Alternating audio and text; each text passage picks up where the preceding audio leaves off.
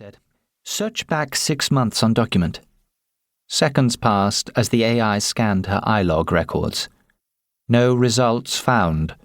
"Shit," said Nayak. She made herself a coffee, sat back down and reached for a pen and notebook. She didn't notice the sky darken.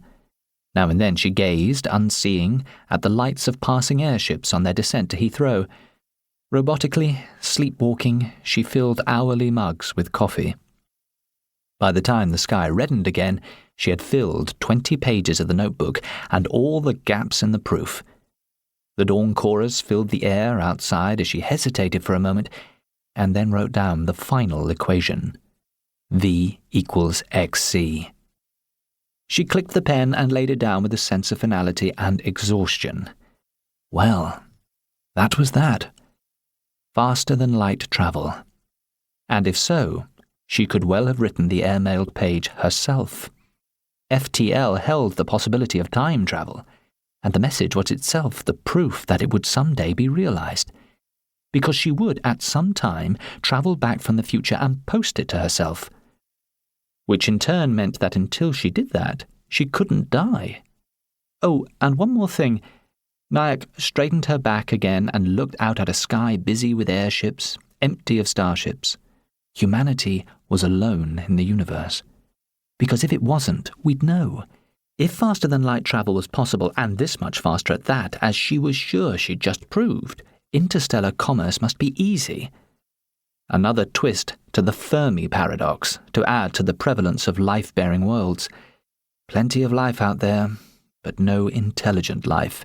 If aliens existed, they'd be here already. Paradox upon paradox. If she had derived this result from her own future memories of it, who had discovered it in the first place?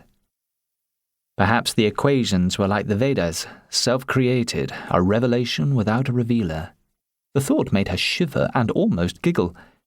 She threw herself face down on the bed and slept for 10 hours.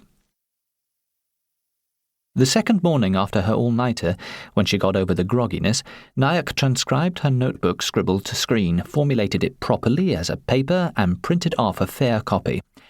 She took it to her supervisor. Adam Kurtz was 10 years older than her and, in her view, had done 1,000,000 times more than she had, even before he defected from the Union to the Alliance. His office at Imperial was no bigger than anyone else's, though. Nayak sat on the visitor's chair between teetering stacks of journals and off-prints and tried not to shift about too much.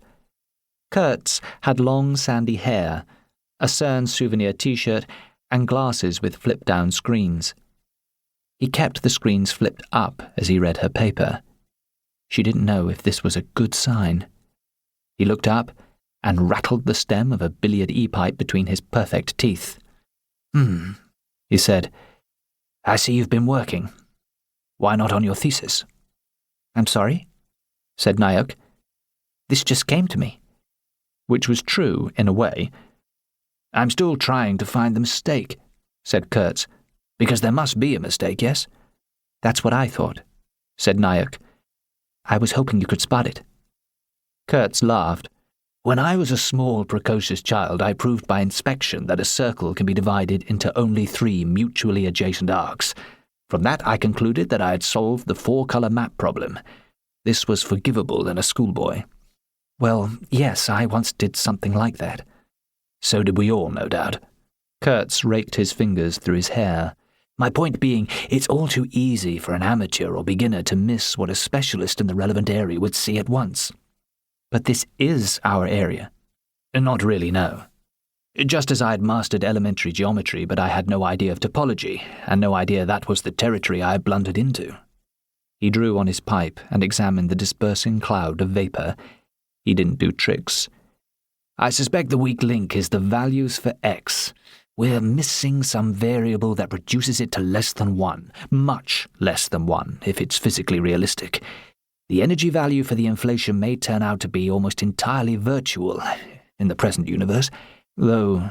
He stared off into the distance, or at any rate the top right corner of his office. "Leave it with me," he said. She left the paper with him and got on with her thesis. To her surprise, the problems that had stymied her earlier had become